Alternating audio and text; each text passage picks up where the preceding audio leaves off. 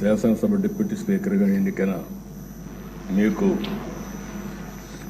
వ్యక్తిగతంగా తెలుగుదేశం పార్టీ తరఫున కూడా మనస్ఫూర్తిగా అభినందనలు తెలియజేస్తున్నా. శుభాకాంక్షలు అధ్యక్ష. సినిమా రంగంలో ఇక్కడే మా మిత్రుడు పవన్ కళ్యాణ్ గారు ఉన్నారు. త్రిపుల్ ఆర్ ఎంత సంచలనం సృష్టించిందో నేటి రాజకీయాల్లో మీ చరిత్ర కూడా అంత సంచలనాన్ని సృష్టించిన దిశ. త్రిపుల్ ఆర్ సినిమాలో నాటు నాటు పాట ఎంత పాపులర్ అయిందో ఈ త్రిపుల్ ఆర్ రచ్చబండ కూడా అదే మరి పాపులర్ అయింది. దానికి ఒక చరిత్ర ఉంది. అలాంటి ఒక్కొక్కసారి జీవితంలో కొన్ని సమస్యలు వస్తాయి. ఆ సమస్యల్ని ధైర్యంగా ఎదుర్కోవడం చాలా ముఖ్యం. తిరిగి ఆ కుర్చీలో కూర్చుంటే నిండుగా కనపడుస్తున్నారు. అందరూ కూడా ఆఫ్గా కొత్త కనపడుస్తారు, కానీ మీరైతే ఆ కుర్చీకి ఒక నిండుత్వాన్ని ఇచ్చారు. పంచకట్టు కూడా తెలుగు బిడ్డ పంచకట్టుతో వచ్చారు. చాలా సంతోషం. మిమ్మల్ని చూసినప్పుడు, ముఖ్యంగా ఈ కొత్త బాధ్యతలో మిమ్మల్ని చూసినప్పుడు చాలా సంతోషం కలుగుతూ ఉంది. మీరు తప్పకుండా మంచిగా రాణించాలని మనస్ఫూర్తిగా ఆకాంక్షిస్తున్నా. ఇక్కడుండే మెంబర్స్కి అందరికి కూడా ఒకసారి ఆలోచిస్తే వారి ప్రస్తావన కూడా మే 14, 1962 విజయవాడలోని కనుమూరి వెంకట సత్య సూర్యనారాయణరాజు గారు, అన్నపూర్ణమ్మ దంపతులకు జన్మించారు. ఆయన ఒక పారిశ్రామికవేత్తగా, రాజకీయవేత్తగా గుర్తింపు తెచ్చుకున్నారు. రఘురామకృష్ణరాజు గారు విశాఖపట్నంలోని ఆంధ్ర విశ్వవిద్యాలయంలో పోస్ట్ గ్రాడ్యుయేషన్ చేశారు. డిస్టింక్షన్లో పాస్ అయ్యారు. అప్పటి నుంచి కూడా మీరు ఎక్కడ చూసినా ఉత్సాహంగా మెరిట్లోనే ఉన్నారు. ఆయన మొదటి నుంచి మెరిట్ స్టూడెంటు. ఇండస్ట్రీ కూడా విద్యుత్ రంగంలో, ఎడిబుల్ ఆయిల్స్లో ఇలాంటి వ్యాపారాలు కూడా చేసి గుర్తింపు తెచ్చుకున్నారు. వాళ్ళ కుటుంబానికి కూడా రాజకీయ నేపథ్యం ఉంది. శిరీష్ రాజు గారు, వీళ్ళ తాతగారు, ఆయన జిఎస్ రాజు గారు 1958 నుంచి 64 వరకు ఏపీ లెజిస్లేటివ్ కౌన్సిల్ పదవికి మొట్టమొదటిసారిగా డిప్యూటీ చైర్మన్గా పనిచేశారు. ఇంకో పక్క సిరీస్ ఫార్మా ఎస్టాబ్లిష్ చేశారు అప్పట్లోనే, కానీ కొన్ని కారణాల వల్ల దాన్ని ముందుకు తీసుకుపోలేకపోయారు. కానీ లేకపోయింటే ఈరోజు రిచెస్ట్ మ్యాన్ ఆంధ్రప్రదేశ్లో ఆయనే ఉండేవాడు. అప్పట్లో ఫార్మా అనేది చాలా ముఖ్యం. మన డిప్యూటీ స్పీకర్ గారు 19లో నర్సాపూర్ ఎంపీగా పోటీ చేసి గెలిచారు. అయితే వీరి ఆలోచన, వీరి వ్యక్తిత్వం మామూలుగా ఉండేవాళ్ళకి అడ్జస్ట్ కాలేరు. ఏదున్నా సరే ఫ్రాంక్గా మాట్లాడతాడు. మనసులో కల్మషం ఉండదు. ముందు వెనుక చూడకుండా మాట్లాడుతూ ఉంటారు. ఎందుకంటే ఓసారి ఫ్రాంక్గా ఉండేటప్పుడు కొన్ని సమస్యలు కూడా వస్తాయి. అయితే నేను చాలా రోజుల నుంచి వాటిని దగ్గరగా చూస్తున్నా. ఎక్కడన్నా తప్పులు ఉన్నప్పుడు కానీ, ఎక్కడన్నా ఇది ఉన్నప్పుడు కానీ, చెప్పాలనుకున్నప్పుడు కానీ కొండ బద్దలు కొట్టి చెప్పడం వారి మనస్తత్వం. ఓసారి అలాంటి మనస్తత్వమే కొన్ని ఇబ్బందులకు గురి చేస్తుంది. అలాంటి ఇబ్బందుల్లోనే వారు ఎంత టార్చర్ అనుభవించారో ఒక ఉదాహరణ మాత్రం. ఆయన మీరు చూస్తే పోయిన గవర్నమెంట్ ఎప్పుడైనా సరే ప్రభుత్వాలు ఒక సంస్కరణ చేయడం, ఒక అభివృద్ధి చేయడం, లేకపోతే సంక్షేమ కార్యక్రమాలు చేయడం వల్ల ఎక్కడికక్కడ ఒక పాపులారిటీ వస్తుంది. కానీ పోయిన ప్రభుత్వం ఒక టెర్రరిజం, గవర్నమెంటే ఒక టెర్రరిజాన్ని స్పాన్సర్ చేయడం అనేది చాలా దిక్కలు జరగదు. ఏ కొద్ది ఉదాహరణలు మాత్రం మనకు ఉంటాయి. అలాంటి చూసినప్పుడు సొంత ఎంపీ విభేదించినప్పుడు, డిఫర్ అయినప్పుడు కావాలంటే మనం దూరంగా ఉంటాం, అది వేరే విషయం. కానీ ఏ విధంగా ఆయన పైన కక్షగట్టి పనిచేశారో, ఏ విధంగా కుట్రబన్నారో మనం ఒక్కసారి గుర్తుపెట్టుకోవాల్సిన అవసరం ఉంది. ముందు బెదిరించారు, భయపెట్టాలని చూశారు, కానీ ఏమాత్రం తగ్గలేదు. ఇక నమ్ముకున్న సిద్ధాంతం ప్రకారం ముందుకు పోయి మాట్లాడే పరిస్థితికి వచ్చారు. అయితే మనం అందరం కూడా చూస్తే అలాంటి సందర్భంలో ఏకపక్షంగా తన సొంత ఎంపీ మీద రాజద్రోహం కేసు నమోదు చేసి, లేని కేసును నమోదు చేసి, ఆయన ఏమి కుట్రలు చేయలేదు, రాజద్రోహం చేయలేదు, లేకపోతే ఏదో పెద్ద ఇచ్చేసిన సందర్భం లేవు. మనందరూ కూడా తెలుసు. రాజద్రోహం కేసు నమోదు చేసి 2021 మే 14వ తేదీన, మే 14వ తారీఖున ఆయన పుట్టినరోజు. ఆ పుట్టినరోజు ఆయన అరెస్ట్ చేసి పైశాచిక ఆనందం పొందాలనే ఉద్దేశంతో ఆయన అరెస్ట్ చేశారు. ఆ రోజు మీరు చూస్తే ఒక ఎంపీ పోలీస్ కస్టడీలో టార్చర్ చేయడం దేశంలోనే ఒక పెద్ద సంచలనమైంది. సిఐడి సీనియర్ అధికారులు, ఐపీఎస్ అధికారులు పోలీస్ కస్టడీలో ఒక ఎంపీని ఇలా హింసించిన సంఘటన భారతదేశ చరిత్రలో, నేను కూడా రాజకీయాల్లో 40 సంవత్సరాల నుంచి ఉన్నా, చాలా సంఘటనలు చూశాను. ఇదే మొదటి సంఘటన, ఇదే ఆఖరి సంఘటన నా అభిప్రాయం. నేను ఎప్పుడు చూడలేదు ఇలాంటి సంఘటన, ఎప్పుడు వినలేదు. ఆ రోజు మీరు చూస్తే 2021 మే 14వ తేదీన రఘురామరాజు గారి పైన సుమోటోగా కేసు పెట్టారు. ప్రభుత్వాన్ని కూలదోయడంలో భాగంగా కుట్ర చేశారని రాజద్రోహం కేసు పెట్టారు. TV5 ABNతో కలిసి కుట్ర చేశారని ఆరోపించారు. 9 గంటలకు కంప్లైంట్ పెట్టారు, 10 గంటలకు FIR నమోదు చేశారు. మధ్యాహ్నం 2 గంటలకు హైదరాబాద్లో ఇంట్లో ఉంటూ వచ్చి అరెస్ట్ చేశారు.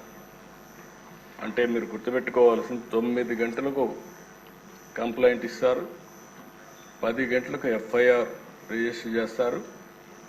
ఆంధ్ర పోలీసులు హైదరాబాద్కు వచ్చి 2 గంటలకు అరెస్ట్ చేసి అక్కడి నుంచి ఈయన తీసుకొస్తారు.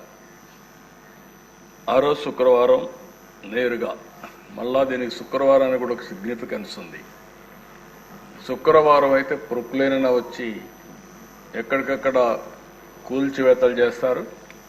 శుక్రవారం కానీ అరెస్ట్ చేస్తే కోర్టు ఉంటుంది కాబట్టి జైల్లో పెట్టొచ్చని ప్రయత్నం చేస్తూ కరెక్ట్గా అదే శుక్రవారం ఎంపిక చేసుకొని ఇక్కడికి తీసుకొచ్చారు.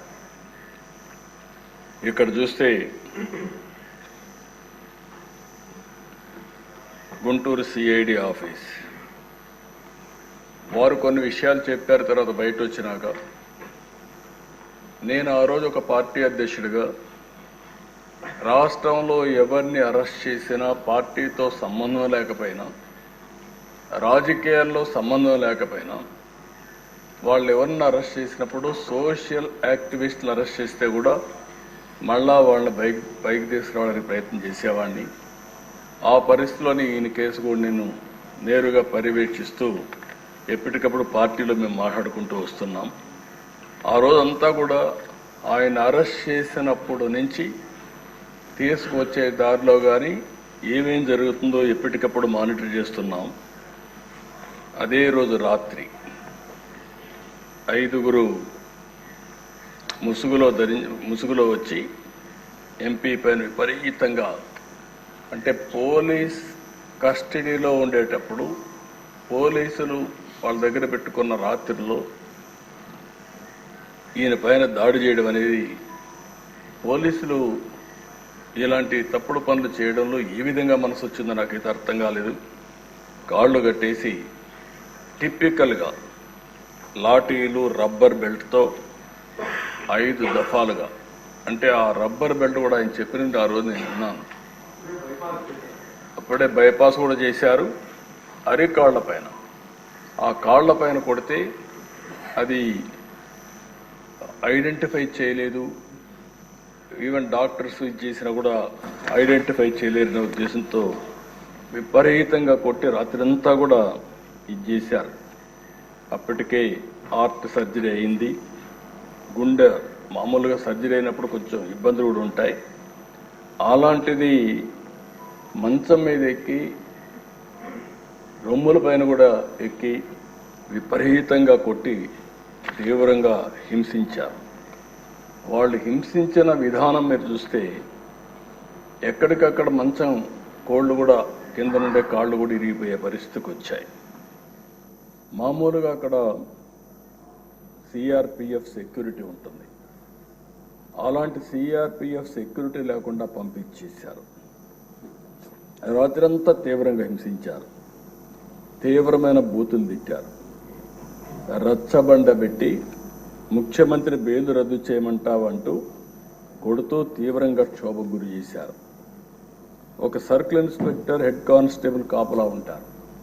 ఇద్దరిని బయట పంపించి అదే సమయంలో ముసుగులు వేసుకుని వాళ్ళు వచ్చి, నేను అడిగాను ఆ రోజు కూడా వారిని అడిగాను, వాళ్ళని గుర్తుపెట్టగలుగుతారా అంటే గుర్తుపట్టడానికి వాయిస్ చూస్తే మనం చెప్పగలుగుతానేమో, కానీ ఎక్కడైతే ముసుగు వేసుకొని వచ్చారు, ముసుగు వేసుకొని వచ్చేసి ఇవన్నీ వెళ్ళిపోయారని చెప్పారు.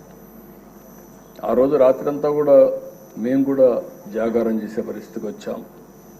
మొదటి రోజు సాయంత్రం వరకు ఉదయం తీసుకురాలేదు, కోర్టులో ప్రొడ్యూస్ చేయలేదు. ఎందుకు ప్రొడ్యూస్ చేయలేదని మేము వాకప్ చేస్తామంటే ఇప్పుడు వస్తారు అప్పుడు వస్తారని చెప్పి కాలయాపన చేశారు. సాయంత్రం వరకు డిలే చేశారు. అంటే రాత్రంతా హింసించారు కాబట్టి ఆ దెబ్బలు కొంచెం నొప్పులు తగ్గిన తర్వాత ఐడెంటిఫై చేయకుండా ఈ నడవను కూడా నడవలేని పరిస్థితిలో ఉంటే కొంత సమయం ఇస్తే నడుస్తాడనే ఉద్దేశంతో ఆ రోజు 5 గంటలకు గుంటూరు కోర్టులో హాజరుపరిచారు. అప్పటికే మేము చూస్తున్నాం, టీవీలో వస్తూ ఉంటే అవి కూడా వాచ్ చేస్తున్నాం. మనిషి కుంటుకుంటూ నడుస్తున్నాడు, అంటే ఏదో జరిగింది అనేది వాచ్ చేసుకుంటూ ఉన్నాం. అక్కడి నుంచి ఎప్పటికప్పుడు మేము ఏం చేయాలనో లాయర్స్తో అందరితో మాట్లాడుకుంటూ వచ్చాం. మళ్ళీ వాళ్ళు చెప్పింది, వారే వచ్చి చెప్పింది, కస్టడీలో కొట్టిన విషయం కోర్టులో చెప్తే ఈ రాత్రికి మళ్ళీ మా కస్టడీకి వస్తావు, అక్కడ చంపేస్తామని బెదిరించారు. ఈ విషయాన్ని చూసినప్పుడు ఈ రాష్ట్రంలో కూడా ఇవన్నీ జరుగుతాయా అనే ఆశ్చర్యం కలుగుతుంది. అయితే మేజిస్ట్రేట్ దగ్గరికి వచ్చిన తర్వాత ధైర్యం చేశాడు, ఆ కాళ్ళు చూపించాడు. ఆ కాళ్ళు అవన్నీ కొట్టినట్టుని చూపిస్తే అప్పుడు ఆ మేజిస్ట్రేటు నేరుగా ఇతన్ని ప్రభుత్వ ప్రైవేట్ 2 హాస్పిటల్కి పంపించండి, ఎగ్జామిన్ చేయించండి, ఎగ్జామిన్ చెప్పి చేసిన తర్వాత సర్టిఫికెట్స్ ఇవ్వమని చెప్పి పంపిస్తే వాస్తవాలు తెలుస్తాయనే ఉద్దేశంతో ఆయన్ని ప్రభుత్వ ఆసుపత్రికి మాత్రం తీసుకుపోయి ప్రైవేట్ హాస్పిటల్కి తీసుకుపోకుండా అక్కడ కూడా రిపోర్ట్ని తారుమారు చేపించి బెదిరించి ఆయన రిపోర్ట్ తెప్పించారు. ఆ రిపోర్ట్ వస్తానే 16వ తారీఖున జైలుకు పంపించారు. ఇదే సమయంలో సమాంతరంగా హైకోర్టులో కూడా ఈ కేసు జరుగుతూ ఉంది. అంటే మేజిస్ట్రేట్ కోర్టులో కేసు ఉంది, హైకోర్టులో కేసు ఉంది. హైకోర్టులో కూడా ఏమాత్రం కూడా కోఆపరేట్ చేయకుండా వీళ్ళు ఇచ్చేస్తే మధ్యాహ్నం 12 గంటలకి కోర్టు సమావేశమైంది. రఘురామకృష్ణరాజు యొక్క రిపోర్ట్ ఇవ్వమని కోర్టు అడిగింది. కానీ వాళ్ళు రిపోర్ట్ ఇవ్వలేదు. మధ్యాహ్నం ఇవ్వాల్సిన రిపోర్టు సాయంత్రం 6 గంటలకు ఇచ్చారు. దీంతో హైకోర్టు కూడా ఆగ్రహం వ్యక్తం చేస్తూ రఘురామకృష్ణరాజు గారిని స్వయంగా తీసుకురండి హైకోర్టుకి అని చెప్పారు. ఆయన ఇప్పటికే జైల్లో ఉన్నాడు, ఇప్పుడు మేము తీసుకురాలేమని మొరాయించారు. మరుసటి రోజు 17వ తారీఖు హైకోర్టులో విచారణ జరిగింది. ఇది ఉన్నప్పుడు వారి అడ్వకేటు వారితో కూడా మేము కూడా మాట్లాడి సుప్రీంకోర్టులో వెకేషన్ బెంచ్లో కేసు వేశారు. సుప్రీంకోర్టు ఇమ్మీడియట్గా ఈయన్ని హైదరాబాద్లో మిలిటరీ హాస్పిటల్కి, ఇక్కడుండే హాస్పిటల్ పైన నమ్మకం లేక ఇక్కడ హాస్పిటల్లో మళ్ళా తారుమారు చేస్తారు, బెదిరిస్తారు, రిపోర్ట్లు ఇవ్వరనే ఉద్దేశంతో హైదరాబాద్లో మిలిటరీ హాస్పిటల్కి రెఫర్ చేశారు. అప్పుడు కూడా మొరాయించారు. ఏదైతే ఆయన్ని ఇమ్మీడియట్గా తరలించాల్సింది పోయి తరలించకపోతే సుప్రీంకోర్టు చాలా స్పష్టంగా తెలంగాణ హైకోర్టు చీఫ్ జస్టిస్ నియమించిన న్యాయాధికారి సమక్షంలో పరీక్ష నిర్వహించి మంగళవారం నాటికి సుప్రీంకోర్టుకు రిపోర్ట్ ఇమ్మని చెప్పి ఆదేశాలు ఇచ్చారు. అందువల్ల సోమవారం సాయంత్రం 5 గంటలకు ఇక్కడి నుంచి జైల్లో నుంచి తీసుకుపోయి హైదరాబాద్లో సికింద్రాబాద్ మిలిటరీ హాస్పిటల్లో చేర్చారు. అక్కడ కూడా మేము వాచ్ చేస్తున్నాం. అక్కడ కూడా ఆ రోజు ఒక అధికారి పనిచేస్తూ అక్కడికి వెళ్ళి అక్కడ కూడా మ్యానిపులేట్ చేయాలని ప్రయత్నం చేశాడు. అది కూడా మేము పేపర్ ద్వారా మళ్ళీ ఎక్కడికక్కడ లీక్ చేసి ప్రెషర్ పెట్టే ప్రయత్నం చేశాం. సభ్యతగా ఉండదని ఆ వ్యక్తి పేరుని చెప్పడం లేదు, కానీ ఆ వ్యక్తిని తీసుకొచ్చి ఎక్కడికక్కడ ఒక పవిత్రమైన దేవాలయంలో అధికారిగా పెట్టుకుని ఎలాంటి లాబీలు చేయించే పరిస్థితికి వచ్చారు. అంటే ఎంత దుర్మార్గంగా ప్రవర్తించారో అంత దుర్మార్గంగా ప్రయత్నించే పరిస్థితికి వచ్చారు. అయితే అవన్నీ చూసిన తర్వాత నెక్స్ట్ డే 3 రోజుల వరకు ఆయన ట్రీట్మెంట్ ఇచ్చిన తర్వాత సుప్రీంకోర్టు బెయిల్ ఇచ్చే పరిస్థితికి వచ్చింది. ఇది మనందరం ఒక్కసారి ఆలోచించినప్పుడు ఇక్కడతో ఆగలేదు కక్ష. నర్సాపూర్ లోక్సభ పరిధిలో పేద అమిరం గ్రామంలో అల్లూరి సీతారామరాజు విగ్రహావిష్కరణ జరిగింది. సాక్షాత్తు ప్రధానమంత్రి గారు ఆ ఫంక్షన్కి వచ్చారు. ఈయన స్థానిక ఎంపీగా ఉండి ఈయన ఇంటికి కూడా పక్కనే 500 మీటర్లు ఉంటుంది విగ్రహావిష్కరణ. అందుకని ఈయన కూడా వెళ్ళాలని చెప్పి ప్రయత్నం చేసి హైదరాబాద్ నుంచి రావడానికి ప్రయత్నం చేశాడు. కానీ ప్రయత్నం చేసి పర్లేదు వెళ్ళాలి అనే ఉద్దేశంతో నర్సాపూర్ ఎక్స్ప్రెస్లో టికెట్లు కూడా రిజర్వ్ చేసుకున్నాడు. బేగంపేటకు వచ్చిన తర్వాత దిగేశాడు. దిగి మళ్ళీ అందరికి మెసేజ్ ఇచ్చారు, మాకు కూడా మెసేజ్ వచ్చింది, నేను వెళ్ళడం లేదు, నేను వెళితే ఏదైతే సత్తెనపల్లి ఆ ప్రాంతం పిడుగురాళ్ళ సత్తెనపల్లిలో వాళ్ళు ఒక ప్లాన్ చేశారని తెలిసింది, అవసరమైతే భోగిని తగలబెట్టి చంపేయాలని చెప్పి ఆ వార్త తెలిసింది కాబట్టి నేను దిగేశాను, నేను పోవడం లేదని చెప్పి దిగేసి వచ్చే పరిస్థితికి వచ్చాడు. అంటే ఇవన్నీ చూస్తే ఇవి సాధ్యమా, ఇవి జరుగుతాయా అనిపిస్తుంది.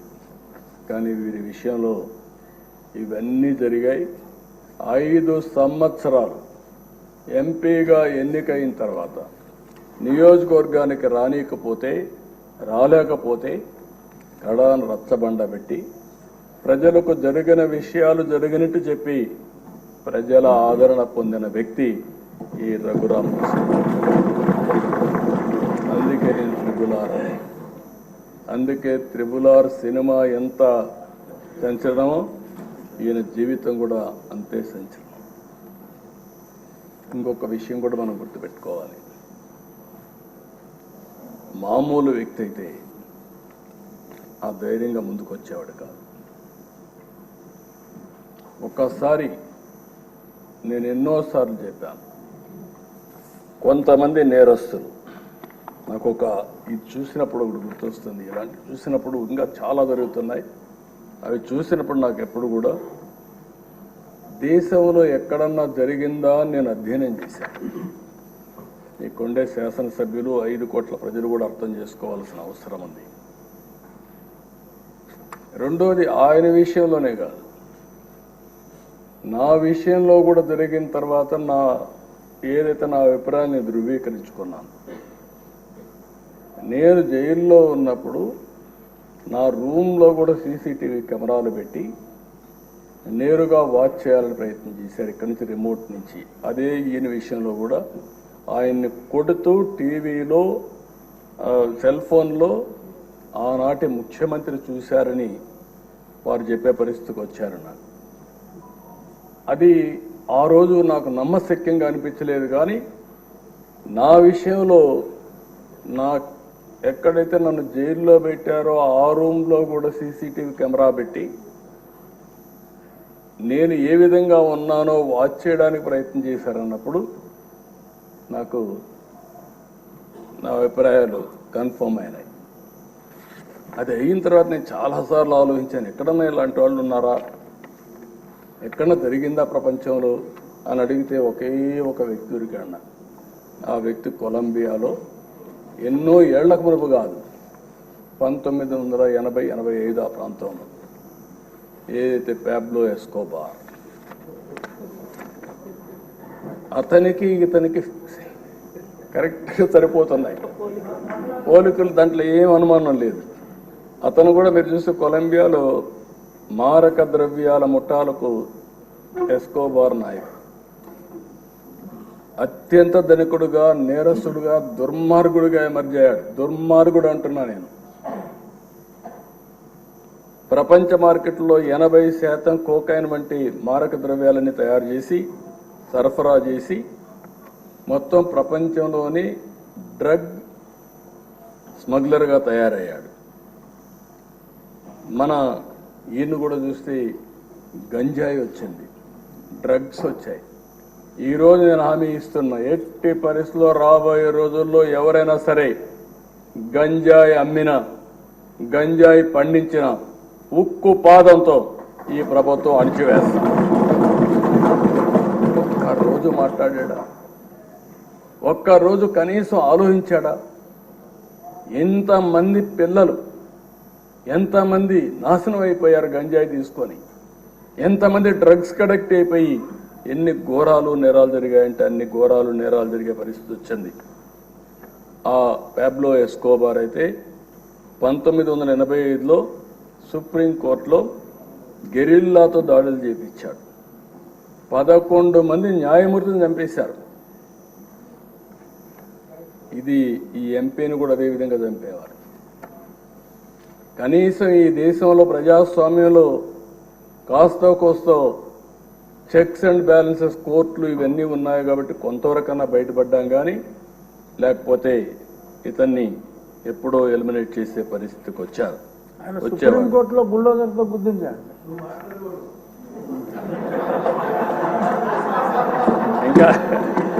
ఇంకా అలవాటు కాలేదు.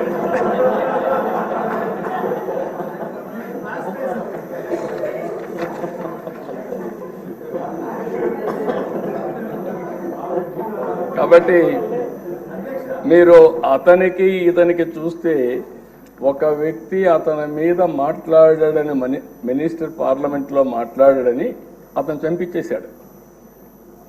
ఇక్కడ అదే సంఘటనలు జరుగుతున్నాయి. ఎవరైనా సరే మాట్లాడితే, ఎదురు తిరిగితే, లేకుంటే ప్రజాస్వామ్యంలో ఇది తప్పు అని చెప్పితే ఇంకా వాళ్ళ మీద పడిపోయే పరిస్థితి. శాసిస్తున్నాడు, ఎవ్వరూ మాట్లాడడానికి వీలు లేదని శాసించే పరిస్థితికి వచ్చారు. అలాంటి పరిస్థితిలో ఎదురొడ్డి ఇంకా ఎమోషన్ ఉంది. ఇన్ కోర్స్ ఆఫ్ టైం తగ్గించుకుంటారు. కానీ మళ్ళీ ఈరోజు ఒక పోరాటం చేసి, పోరాట యోధుడిగా గెలిచి ఆ కుర్చీలో కూర్చున్న మిమ్మల్ని మరొక్కసారి మనస్ఫూర్తిగా అభినందిస్తున్నాను. ఒక వ్యక్తి చట్టసభకు రావడం అంటే ఎంతో గొప్ప అవకాశం. ప్రజాప్రతినిధులుగా చట్టసభలకు వెళ్ళిన వారు ప్రజా సమస్యలపైన పోరాడవలసిన అవసరం ఉంది. గడచిన 5 సంవత్సరాలుగా చూశాం. ఇదే కుర్చీలో అంత మునుపు 14 సంవత్సరాలు కూర్చున్నా, అదే అపోజిషన్ కుర్చీలో కూర్చున్నాను. ఆ రోజులు ఇప్పుడు కూడా గుర్తొస్తాయి. ఒక్కరోజు కూడా అసెంబ్లీ సుజావుగా జరగడం కానీ, బూతులు లేకుండా అసెంబ్లీ జరిపిన సంఘటనలు లేవు. సరే, అందరి మాదిరిగా నాకు కూడా అవమానాలు జరిగాయి. అవన్నీ నేను ఇప్పుడు పోవడం లేదు. కానీ ఆ రోజు కూడా ఒక మాట చెప్పాను, ఇది గౌరవ సభ కాబట్టి ఈ సభలో నేను ఉండలేను. మళ్ళీ ప్రజాక్షేత్రంలో గెలిచి గౌరవ సభగా చేసిన తర్వాతనే ఆ సభలో అడుగు పెడతానని వచ్చాను. ఈరోజు అందరం కూడా దీన్ని గౌరవ సభగా చేయడం కోసం ప్రజాప్రతినిధులుగా మనందరం ఈ సభ ఔన్నత్యాన్ని, గౌరవాన్ని కాపాడవలసిన బాధ్యత మనందరిపైన ఉంది. ఇక్కడుండే నిన్నటి వరకు మీరు ఏది మాట్లాడినా చలామణి అయింది. కానీ ఇప్పటి నుంచి ఆ కుర్చీలో కూర్చున్న తర్వాత ఆ కుర్చీ గౌరవాన్ని కాపాడుతూ మీ గౌరవాన్ని పెంచే విధంగా మీరు ముందుకు పోవాల్సిన అవసరం ఉందని చెప్పి కూడా డిప్యూటీ స్పీకర్గా వారిని కోరుతున్నా.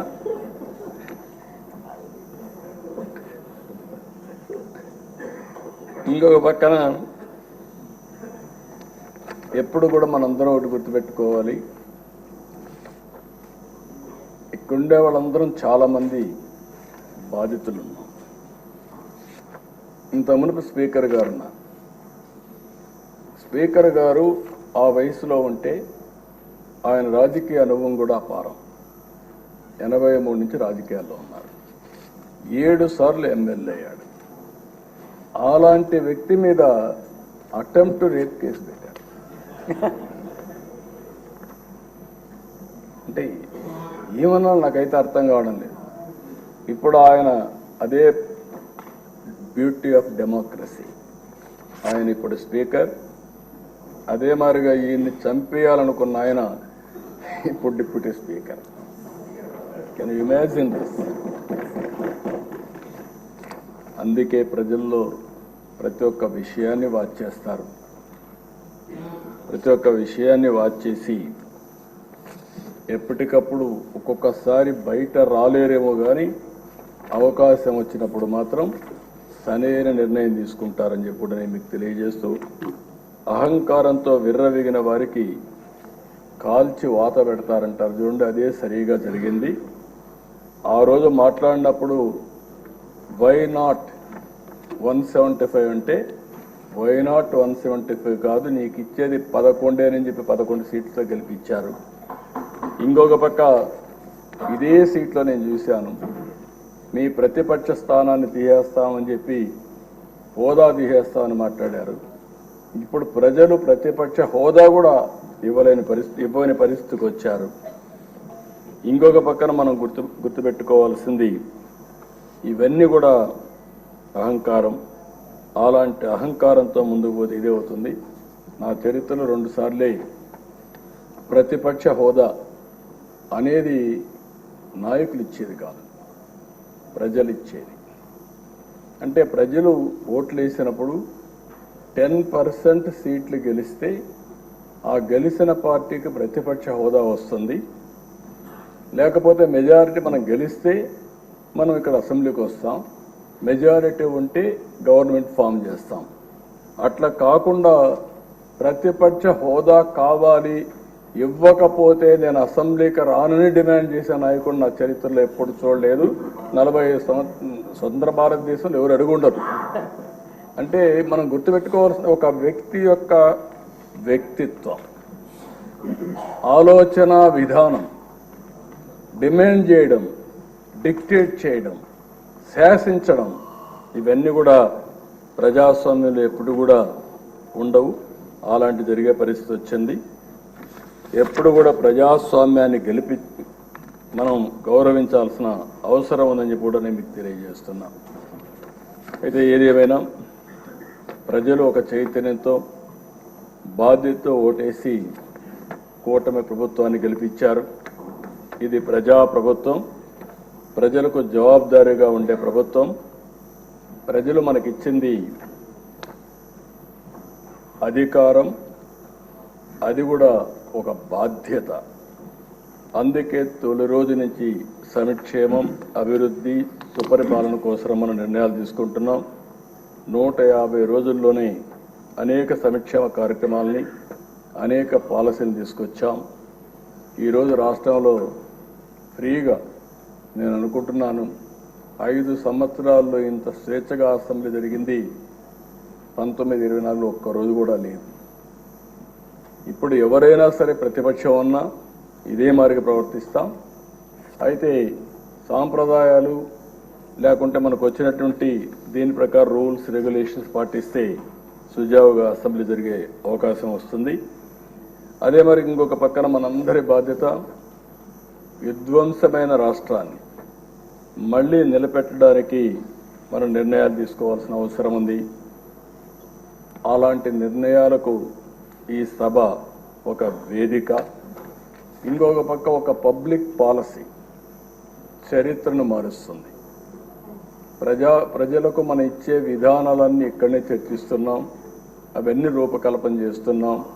ఆ రూపకల్పన చేసి అవి అమలు చేస్తే ఒక చరిత్రని తిరగరాసే అవకాశం ఉంటుంది. ఈ యొక్క 24, 29 శాసనసభ అలాంటి చరిత్ర తిరగరాయడానికి, స్వర్ణ ఆంధ్రప్రదేశ్ చరిత్రని ప్రారంభించడానికి ఈ సభ ఎంతో దోహదం చేస్తుంది. అలాంటి సభలో అధ్యక్షులుగా చింతకాయల అయ్యన్నపాత్రుడు గారు, డిప్యూటీ స్పీకర్గా మీరు ఉండడం మాకెంతో గౌరవం అని చెప్పి కూడా నేను మీకు తెలియజేసుకుంటున్నా. అయితే అధ్యక్ష, నాకు ఒకటి అనిపిస్తుంది, మిమ్మల్ని నాడు రాష్ట్రానికి రానియని వాళ్ళు నేడు మీ ముందు సభలోకి రాలేని, కూర్చోలేని పరిస్థితి వచ్చింది.